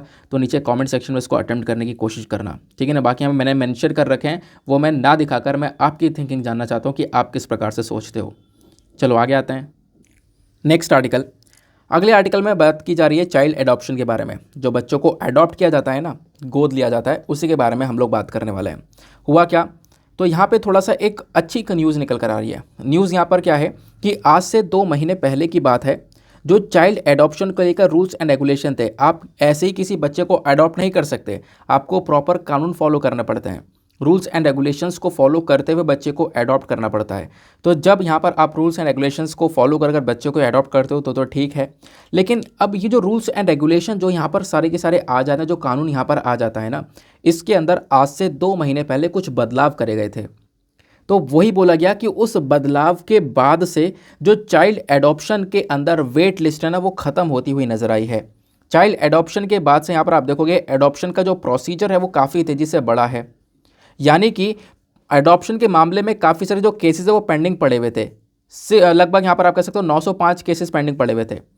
लेकिन पिछले 2 महीने में केसेस पेंडिंग पड़े हुए जो थे 905 के आसपास, ये कम होकर 644 हो गए, यानी काम तेज़ी से हो रहा है। ठीक है ना। क्यों? क्योंकि यहाँ पर एडॉप्शन को लेकर कुछ नए रूल्स एंड रेगुलेशंस लेकर आए गए थे। अभी पिछले कुछ महीनों की बात है, आज से 2 महीने पहले सितंबर के आसपास की बात है। वो रूल्स एंड रेगुलेशंस क्या थे वो अभी आपके साथ में मैं डिस्कस कर लूँगा। तो रूल्स एंड रेगुलेशन चलो यहाँ पर बात करी गई, मैं आपको यहीं पे बता देता हूँ। उसके अंदर क्या बोला गया था, ये बात है 23 सितंबर की।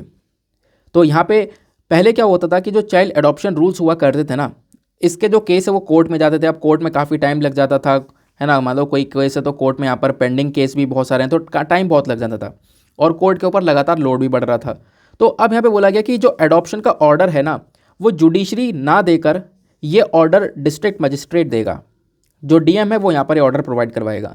और इस वाले रूल्स एंड रेगुलेशन को अभी इंप्लीमेंट कर भी दिया गया है, महाराष्ट्र के अंदर लागू कर दिया गया है और भी काफ़ी सारी जगह पर लागू किया गया है। तो डिस्ट्रिक्ट मजिस्ट्रेट यहाँ पर ये एडॉप्शन ऑर्डर को जारी करेंगे। इससे पहले कौन ये ऑर्डर देता था? एडॉप्शन करने के लिए जो ऑर्डर है ये पहले जुडिशरी दिया करती थी। तो अब जुडिशरी के पास में ये केस नहीं जाएगा, अब यहाँ पर जाएगा ये केस डिस्ट्रिक्ट मजिस्ट्रेट के पास में। तो काफ़ी सारे केस पेंडिंग पड़े हुए थे, जुडिशरी को ये ऑर्डर देना था अडॉप्शन को लेकर। ये 905 के आसपास केस थे, अभी पिछले 2 महीने में ये डाउन होकर 644 पहुंच गए हैं। मतलब काम तेज़ी से किया गया है। डिस्ट्रिक्ट मजिस्ट्रेट ने यहाँ पर काफ़ी सारे ऑर्डर दिए हैं, जिसके बेसिस पर जो वेटिंग लिस्ट थी वो यहाँ पर ख़त्म होती हुई नजर आई है। बात क्लियर हो गई। अब बात करते हैं थोड़ा सा चाइल्ड एडॉप्शन के बारे में कि आखिरकार क्या क्या कानून देखने को मिलता है भारत के अंदर चाइल्ड एडॉप्शन को लेकर। सबसे पहली बात, इंडिया के अंदर जो एडॉप्शन है ना, वो अलग अलग एक्ट के माध्यम से किया जाता है। जैसे Hindu adoption and maintenance act 1956 हो गया, juvenile justice care and protection of children care act 2015 हो गया, उसका बाद हामा एक्ट हो गया 1956 का, यानी हामा मतलब वही Hindu adoption and maintenance act जिसके बारे में बात कर रहा हूँ। तो ये जो Hindu adoption and maintenance act है, ये बेसिकली एक मेन एक्ट आपको देखने को मिलता है। फिर उसके बाद में जैसे कि ये जो एक्ट मैंने आपको बताया ना, इन एक्ट के अंदर में हिंदूज, बुद्धिस्ट, जैन, सिख, इनको यहाँ पर लीगलाइज कर रखा है कि ये किसी बच्चे को अडॉप्ट कर सकते हैं। लेकिन उसके बाद हमारे पास में एक और एक्ट है, गार्डियन एंड वार्ड एक्ट 1980 का। ये एक्ट के अंदर नॉन हिंदू इंडिविजुअल्स भी यहाँ पे अडॉप्ट कर सकते हैं बच्चे को। ये जो यहाँ पे गार्डियन और वार्ड एक्ट आपको देखने को मिलता है ना 1980 का, ये इसलिए लेकर आया गया था कि जो नॉन हिंदू इंडिविजुअल्स हैं, जो बाकी यहाँ पे हिंदू कम्युनिटी के अलावा जो बाकी कम्युनिटी के लोग आपको देखने को मिलेंगे, वो यहाँ पर एडॉप्शन कर सकते हैं इस एक्ट के माध्यम से। तो ये एक्ट आपको देखने को मिलते हैं अलग अलग लोगों के लिए, खासकर एडॉप्शन को लेकर कि एडॉप्शन करना है तो इन कानून के हिसाब से चलना है। अब आप देखोगे पिछले कुछ समय पर एडॉप्शन में बहुत सारी प्रॉब्लम्स नजर आई हैं। प्रॉब्लम यहाँ पर ये थी कि देखो, पेरेंट्स तो बहुत सारे अवेलेबल हैं बच्चे को अडॉप्ट करने के लिए, लेकिन बच्चे बहुत ज़्यादा कम हैं। लगभग 30,000 के आसपास पेरेंट्स खड़े हुए हैं बच्चे को अडॉप्ट करने के लिए, लेकिन बच्चे कितने अवेलेबल हैं? 2300 के आसपास। 2300 के आसपास बच्चों को अडॉप्ट किया जा सकता है। और एक प्रॉब्लम यहाँ पे पिछले समय पर यह भी देखने को मिली कि काफ़ी लोगों ने बच्चे को अडॉप्ट किया और अडॉप्ट करने के कुछ साल बाद उसको रिटर्न भी कर दिया कि उनसे वो बच्चा संभला नहीं, तो रिटर्न भी यहाँ पर किया गया। ऐसा खुद यहाँ पर सारा की वेबसाइट पर देखने को मिलेगा। इनकी पूरी वेबसाइट है, यानी कि जब भी आप लोग एडॉप्शन करते हो ना, तो उसके लिए यहाँ पर इन सारी वेबसाइट्स को भी फॉलो करना पड़ेगा। ये सारा है, इसकी फुल फॉर्म है सेंट्रल एडॉप्शन रिसोर्स अथॉरिटी। ये बॉडी यहाँ पर इसको देखने का काम करती है। ये बॉडी एक स्टैचुरी बॉडी है जो कि ministry of women and child development के अंडर में आती है। इसका काम बेसिकली यहाँ पर आप देखोगे तो जो इंडिया के अंदर बच्चों को अडॉप्ट किया जाता है उसको लेकर ये काम करना, उसको मॉनिटर करना, इस चीज़ को रेगुलेट करने का ये काम करती है। ठीक है ना। फिर उसके बाद में इस डेटा के अकॉर्डिंग बात करें तो काफ़ी सारे बच्चों को पिछले कुछ समय पर रिटर्न किया गया, और जिन भी बच्चों को रिटर्न किया गया है उसमें ज़्यादातर लड़कियां हैं जिनको वापस रिटर्न कर दिया गया है। तो ये भी कुछ इश्यूज़ यहाँ पर नज़र आ रहे हैं। फिर कुछ बच्चों को और रिटर्न किया गया जो खासकर डिसेबल बच्चे आपको देखने को मिलेंगे।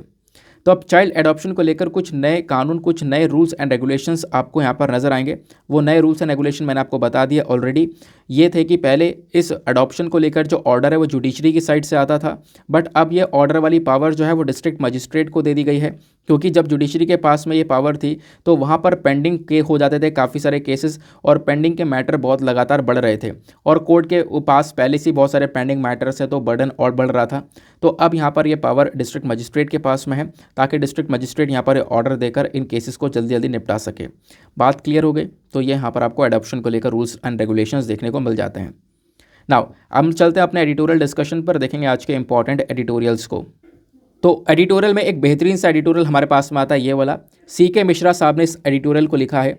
ये हमारे एक फॉर्मर सेक्रेटरी रह चुके हैं ministry of environment, forest and climate change के, तो इस वजह से यहाँ पर इनके पॉइंट ऑफ व्यूज़ थोड़े से ज़्यादा मैटर करेंगे।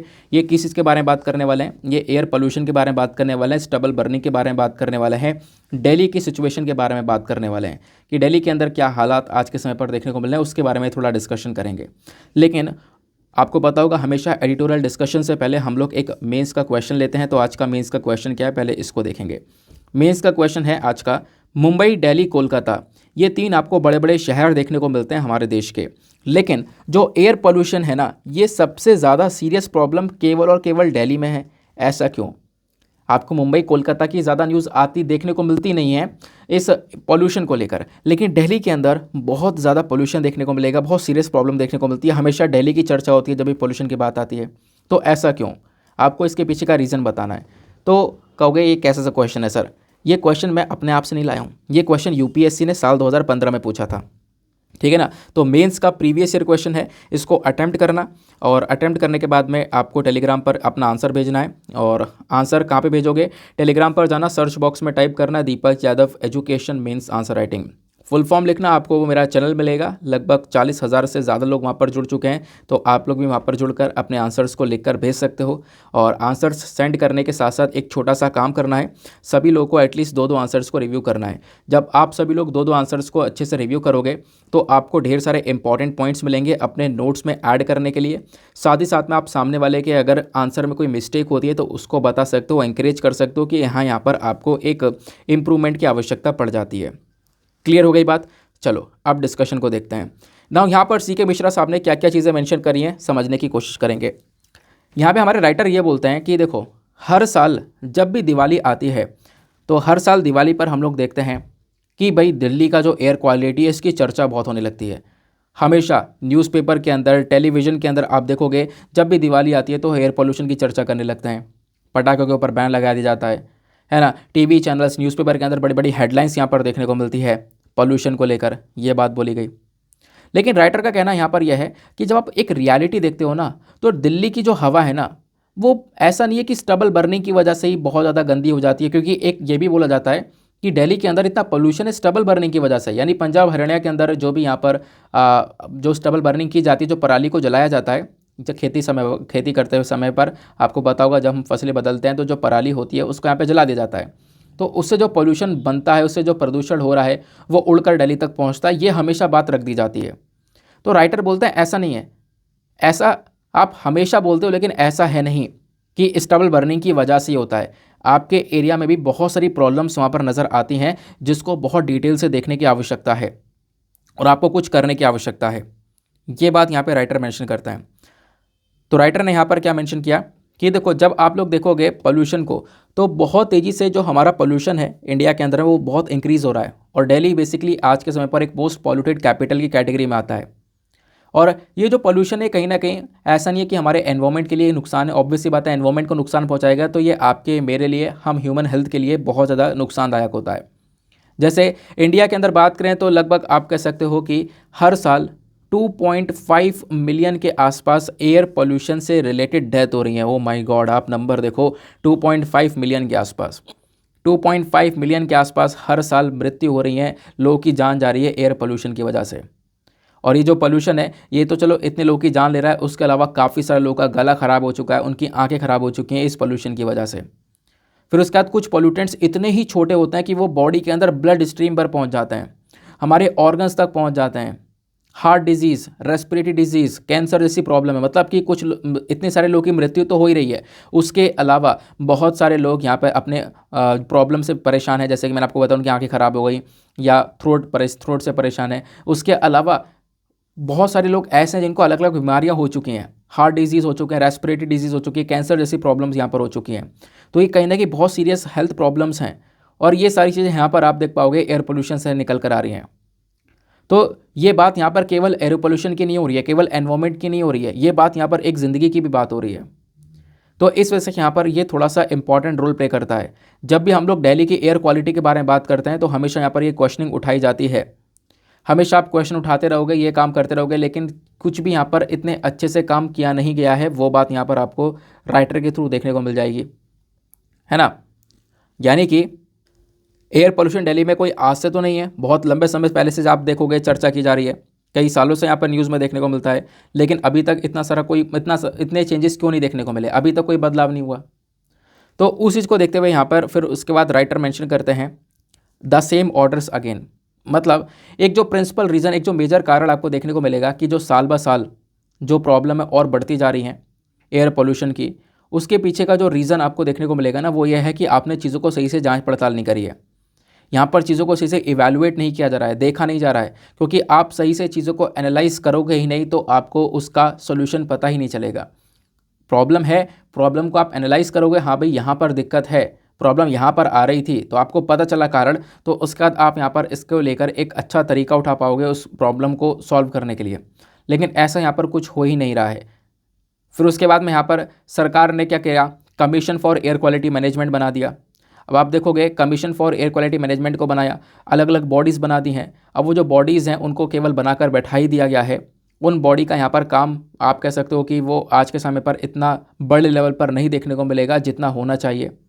हर साल करते क्या है, फिर जब पॉल्यूशन बढ़ जाता है तो स्कूल बंद कर दिए जाते हैं, लोगों से बोला जाता है आप घर के अंदर रहो, है ना। दिवाली आती है तो यहाँ पर पटाखों के ऊपर बैन लगा दिया जाता है।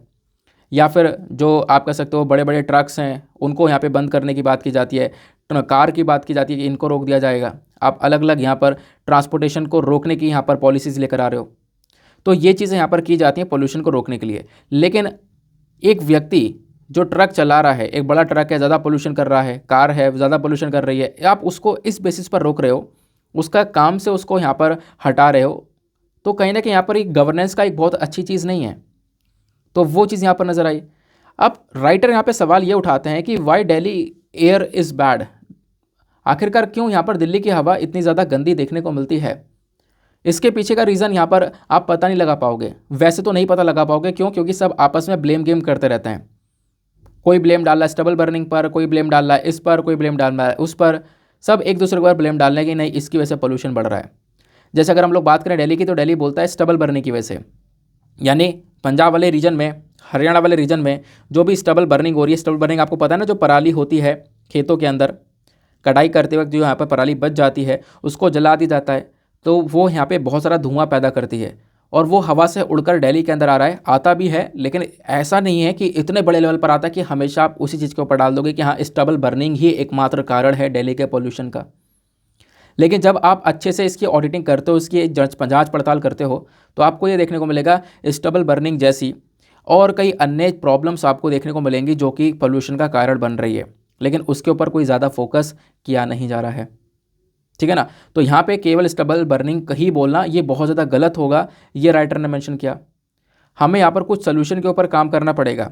हम लोग को डेफिनेटली देखो स्टबल बर्निंग से जब चीज़ें आ रही हैं तो हम लोग एग्रीकल्चर पैटर्न के अंदर कुछ चेंजेस कर रहे हैं धीरे धीरे, वो बात अलग है ना। हम लोग नए नए सोल्यूशन यहाँ पर लेकर आने की कोशिश कर रहे हैं स्टबल बर्निंग को लेकर, ये भी हम लोगों ने देखा है पिछले कुछ समय पर। लेकिन उसके अलावा जो चीज़ें हैं उसके ऊपर भी तो काम करना चाहिए ना। उसके अलावा जिन चीज़ों से पोल्यूशन हो रहा है उसको भी तो कवर करना चाहिए ना। जैसे व्हीकल्स की बात कर रहे हैं राइटर, जो गाड़ी मोटर है ये एक बहुत बड़ा मतलब प्रॉब्लम है, सोर्स है हमारे पोल्यूशन का, है ना। तो शहरों के अंदर यहाँ पर क्या हो रहा है ना, आज के समय पर लोग जो हैं वो पब्लिक ट्रांसपोर्ट का इस्तेमाल नहीं कर रहे हैं। मतलब लोगों के पास में गाड़ी मोटर है तो उसका इस्तेमाल कर रहे हैं, तो आपको करेंगे नहीं। नहीं, देखो बहुत सारी जगह पर ऐसा है लोगों के पास में गाड़ी मोटर है, उसके बावजूद भी ऐसा नहीं कि छोटे मोटे काम के लिए भी यहाँ पे उसी का इस्तेमाल किया जा रहा है। इससे तो पोल्यूशन और बढ़ेगा ही। लोग यहाँ पे पब्लिक ट्रांसपोर्ट का इस्तेमाल भी करते हैं, लेकिन जो पब्लिक ट्रांसपोर्ट सिस्टम है ना वो सिस्टम अच्छा होना चाहिए। राइटर का कहना यहाँ पर यह है बसेस का मेंटेनेंस और भी बहुत सारी चीज़ें आपको देखने को मिलती हैं जो कि आपको पब्लिक ट्रांसपोर्टेशन में हाथों हाथ करनी चाहिए। उन पब्लिक ट्रांसपोर्टेशन का मेंटेनेंस करना चाहिए। अगर पब्लिक ट्रांसपोर्टेशन अच्छा है नहीं तो ऑब्वियस ही बात है यहाँ पर लोग उस चीज़ को प्रेफर ही नहीं करेंगे, है ना। जो आज के समय पर मेट्रोज़ के अंदर, बसेस के अंदर क्राउडिंग है, जो भीड़ है ना, ये एक सबसे बड़ी प्रॉब्लम देखने को मिलती है, जिसकी वजह से लोग चलना नहीं चाहते। कहेंगे इस दिन नहीं चलेंगे, इस टाइम नहीं चलेंगे, क्योंकि सुबह का समय यहाँ पे सब ऑफिस जा रहे हैं, इस समय सब ऑफिस आ रहे हैं। ऐसा यहाँ पर रहता है कि मेट्रोज़ के अंदर भीड़ है, बसेस के अंदर भीड़ है, तो वो चीज़ यहाँ पर नज़र आती है। तो ये जो प्रॉब्लम है क्राउडिंग की, और भी ऐसी ढेर सारी प्रॉब्लम्स आपको देखने को मिलती हैं जिसकी वजह से लोग जो है ना पब्लिक ट्रांसपोर्ट से चलना नहीं चाहते। और पब्लिक ट्रांसपोर्ट्स को जब यहाँ पर लेंगे नहीं तो ऑब्वियस सी बात है क्या करेंगे, अपने पर्सनल व्हीकल का इस्तेमाल करेंगे, जिससे कि पोल्यूशन और ज़्यादा बढ़ने लगेगा। वो यहाँ पर राइटर ने बोला। तो मतलब स्टबल बर्निंग के अलावा ये भी एक दिक्कत है जिसके ऊपर एक फोकस करना चाहिए। फिर ये मेंशन करते हैं are no to silo functioning. अब इसका मतलब क्या है? देखो हमें क्या करना पड़ेगा, थोड़ा और ज़्यादा क्रिएटिव बनना पड़ेगा।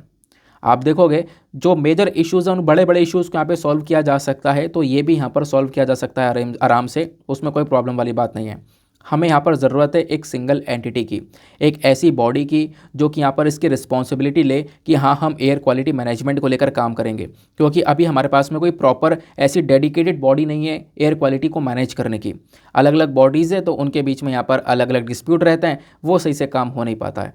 तो हम लोग यहाँ पर क्या करेंगे, हमारे पास में एक सिस्टम होना चाहिए, एक सिस्टम के बेसिस पर हम लोग को सारी की सारी चीज़ें इंप्लीमेंट करनी पड़ेंगी और एफिशिएंट तरीके से करनी पड़ेंगी, ठीक है ना। फिर उसके बाद में राइटर ने अब आर्टिकल को बैलेंस कर दिया, क्या बोलकर, देखो अब रियलिटी जो है वो केवल दिल्ली के ऊपर नहीं जाती है, दिल्ली केवल ऑफेंडर नहीं है, इसके अलावा भारत में और भी बहुत सारे शहर आपको देखने को मिलेंगे जहाँ पर एयर क्वालिटी का जो सेफ़ लेवल है ना वो ख़त्म हो चुका है, मतलब वो एयर क्वालिटी बहुत ज़्यादा खतरनाक लेवल पर है। तो एयर क्वालिटी जो प्रॉब्लम है ये आज के समय पर एक अगेन बहुत बड़ी प्रॉब्लम बन चुकी है। जैसे मैंने आपको बताया, हमें यहाँ पर एक कॉम्प्रहेंसिव और डिटेल स्टेप लेना होगा, और स्टेप लेने से पहले आपको एनालाइज करना पड़ेगा कहाँ पर गलती कर रहे हो। ऐसा नहीं कि आप एक आध चीज़ों के ऊपर ही सारा का सारा ब्लेम डाल दो, आपको सारी प्रॉब्लम्स को एनालाइज करना होगा, उनको देखने के बाद में एक प्रॉपर सोल्यूशन को रेडी करना होगा, वो यहाँ पर राइटर बोलते हैं। क्लियर हो गई बात? तो ये था हमारा आज का पर्टिकुलर एडिटोरियल। इंपॉर्टेंट सी चीज़ थी, उसके अलावा हमारे पास में कोई एडिटोरियल काम का है नहीं, तो आप इनको स्किप कर सकते हो, ठीक है ना। बाकी G20 की मीटिंग को इंडिया देखेगा, वो सारी चीज़ें हैं। जो आर्टिकल, इन पे टाइम वेस्ट मत क्या करो, इससे अच्छा छोटे आर्टिकल्स पढ़ो थोड़े से, और वहाँ पर अपने कुछ इंपॉर्टेंट पॉइंट्स निकालो। बस एडिटोरियल मैंने आपको पढ़ाया, आई होप आपको सारी चीज़ें यहाँ पर क्लियर हो चुकी होंगी। अब हम लोग अपने प्रीलिम्स के क्वेश्चन को देखते हैं, लेकिन प्रीलिम्स को क्वेश्चन को देखने से पहले आपको पता होगा प्रीलिम्स रैपिड फायर वाली जो सीरीज़ है, यानी कि कुछ अलग से छोटे मोटे क्वेश्चंस जो और हैं उसको हम डिस्कस करने की कोशिश करेंगे। तो प्रीलिम्स रैपिड फायर सीरीज़ हम लोग स्टार्ट कर चुके हैं आज से 2 दिन पहले। कुछ क्वेश्चन 2-3 क्वेश्चन रोज डिस्कस कर रहे हैं, तो 2-3 क्वेश्चन अभी शुरुआत में डिस्कस कर रहे हैं। धीरे धीरे इसकी वैलिडिटी बोल रहा हूँ, इसके नंबर्स को इंक्रीज़ यहाँ पे कर दूंगा, तो उसके लिए परेशान ना हो, धीरे धीरे क्वेश्चन की मात्रा इंक्रीज़ हो जाएगी। अभी फिलहाल आज का पहला क्वेश्चन है बेलगांव को लेकर। आपको बताऊंगा बेलागवी जो डिस्प्यूट है वो अभी के समय पर न्यूज़ में है। तो बेलगांव जो है ना वो कौन से राज्य का हिस्सा है ये आपको बताना है। ऑप्शन ए बोलता है Karnataka, option B Tamil Nadu, option C Gujarat, या फिर ऑप्शन डी आंध्र प्रदेश। तो कौन सा इसका करेक्ट आंसर है? तो वो है ऑप्शन नंबर ए। तो बेलागांव या बेलागवी ये आपको कर्नाटका का हिस्सा देखने को मिलेगा। लेकिन इस पर्टिकुलर रीजन को लेकर बहुत ज़्यादा विवाद रहता है कर्नाटका और महाराष्ट्र के बीच में। वो रीजन कहाँ पर देखने को मिलेगा? तो ये रहा ऊपर महाराष्ट्र, नीचे ये रहा कर्नाटका, और इसके बीच में आपको यहाँ पर ये देखने को मिलेगा बेलागवी। तो ये जो पर्टिकुलर रीजन है इसको लेकर विवाद रहता है। कर्नाटका बोलता है ये मेरा रीजन है, महाराष्ट्र बोलता है ये मेरा रीजन है, ठीक है ना। लेकिन अभी ये कर्नाटका के अंदर काउंट किया जाता है, कर्नाटका के अंदर में आता है, तो आपने ये भी ध्यान में रखना है। क्लियर हो गई बात? अब हुआ क्या है इशू में थोड़ा सा इसका बैकग्राउंड समझाता हूँ। यानी कि एक क्वेश्चन जो मैंने आपको पढ़ाया है, इस क्वेश्चन के साथ साथ आपको इनफ इन्फॉर्मेशन मिल जाएगी। अगर कोई सवाल बनता है एग्जाम के अंदर तो उसको सॉल्व करने, आप उसको बहुत आराम से सॉल्व कर सकते हो। तो सुप्रीम कोर्ट यहाँ पर एक मामला देख रहा है बेलागावी डिस्प्यूट को लेकर। बेलागावी डिस्प्यूट महाराष्ट्र और कर्नाटका के बीच का विवाद है। बेलागावी एक पर्टिकुलर रीजन है जिसको लेकर यहाँ पर ये दोनों राज्य लड़ते रहते हैं। अब इस डिस्प्यूट का ओरिजिन कैसे हुआ, यानी ये डिस्प्यूट बना कैसे, इसको समझने की कोशिश करते हैं। बेलागावी या फिर जो बेलागांव रीजन है ना, ये आपको महाराष्ट्र कर्नाटका के बॉर्डर पर देखने को मिलेगा, अभी जो मैंने आपको मैप पे दिखाया। और ये जो रीजन है यहाँ पर कन्नड़ा और मराठी बोलने वाले लोग, दोनों ही भाषा बोलने वाले लोग रहते हैं। यानी महाराष्ट्र में जो मराठी बोली जाती है, कर्नाटका में जो कन्नड़ा बोली जाती है, ये दोनों ही भाषा बोलने वाले जो लोग हैं वो आपको इस बेलागावी वाले रीजन में देखने को मिलते हैं। साल 1948 यानी 1948 की बात है। जो बेलागांव म्यूनिसिपैलिटी है, इन्होंने क्या किया, इन्होंने यहाँ पर इस डिस्ट्रिक्ट से एक रिक्वेस्ट करी। बेलागांव म्यूनिसिपैलिटी ने इस डिस्ट्रिक्ट से यहाँ पर एक रिक्वेस्ट करी, मतलब बेलागावी किस डिस्ट्रिक्ट से नहीं, बेलागावी जो रीजन है ना, इन्होंने क्या करा, एक रिक्वेस्ट करते हुए ये बोला कि देखो यहाँ पर ना हमारे पास में मराठी स्पीकिंग वाले लोग ज़्यादा हैं। यानी यहाँ पे महाराष्ट्र के लोग आपको ज़्यादातर देखने को मिलेंगे, मराठी बोलने वाले ज़्यादा लोग देखने को मिलेंगे। तो ये जो रीजन है ना, इसको महाराष्ट्र राज्य के अंदर डाल देना चाहिए। तो 1948 में ये बात की गई थी कि इसमें महाराष्ट्र बोलने वाले लोग ज़्यादा हैं, तो महाराष्ट्र के अंदर इसको इंक्लूड कर दो। लेकिन प्रॉब्लम ये हुई कि जो स्टेट रीऑर्गेनाइजेशन एक्ट था 1956 वाला, इसने यहाँ पर क्या किया, भाषा के आधार पर जो है स्टेट को डिवाइड किया, और उसके बेसिस पर आप देखोगे जो बेलागांव है ना, इसको मैसूर का हिस्सा बना दिया। उस समय पर मैसूर का हिस्सा बना दिया, उस समय वो मैसूर हुआ करता था। बाद में 1973 में इसका नाम बदल के कर्नाटका कर दिया गया था। तो आप ऐसा देखोगे, तो मतलब बेलागांव जो रीजन है वो basically state of reorganisation act के माध्यम से कर्नाटका के अंदर इंक्लूड कर दिया गया। जबकि महाराष्ट्र बोलता रह गया कि देखो यहाँ पे मराठी बोलने वाले ज़्यादा लोग हैं, तो ये रीजन हमें दे दिया जाए, हमारे राज्य में इसको इंक्लूड कर दिया जाए। कर्नाटका इधर से बोलता रहा कि ये रीजन हमें दे दिया जाए। तो इसको लेकर यहाँ पर जो डिस्प्यूट है वो हमेशा से यहाँ पर चलता रहा। साल 2006 से देखोगे तो कर्नाटका यहाँ पर आप कह सकते हो कि इसको लेकर बहुत ज़्यादा यहाँ पर आप कह सकते हो कि मेंशन कर चुका है हर जगह पर कि देखो ये जो रीजन है ये हमारा है और आगे भी हमारा ही रहेगा, और इसको हम ऐसे जाने नहीं देंगे। तो यहाँ पे आप कह सकते हो कर्नाटका इधर से क्लेम करता है, महाराष्ट्र उधर से क्लेम करता है। तो इस वजह से यहाँ पर ये बेलागावी या बेलागांव डिस्प्यूट जो है वो बना रहता है। तो ध्यान रखना किन किन राज्यों के बीच में डिस्प्यूट है, ऐसे भी क्वेश्चन यहाँ पर बन जाते हैं। अगले प्रश्न की तरफ आते हैं। अगला प्रश्न है विद रेफरेंस टू स्वर धरोहर फेस्टिवल। स्वर धरोहर फेस्टिवल अभी लगातार न्यूज़ में बना हुआ है। तो ये जो त्यौहार है ना, इसको लेकर 2 स्टेटमेंट्स दिए गए हैं, बताना यह है कि कौन सा स्टेटमेंट सही है।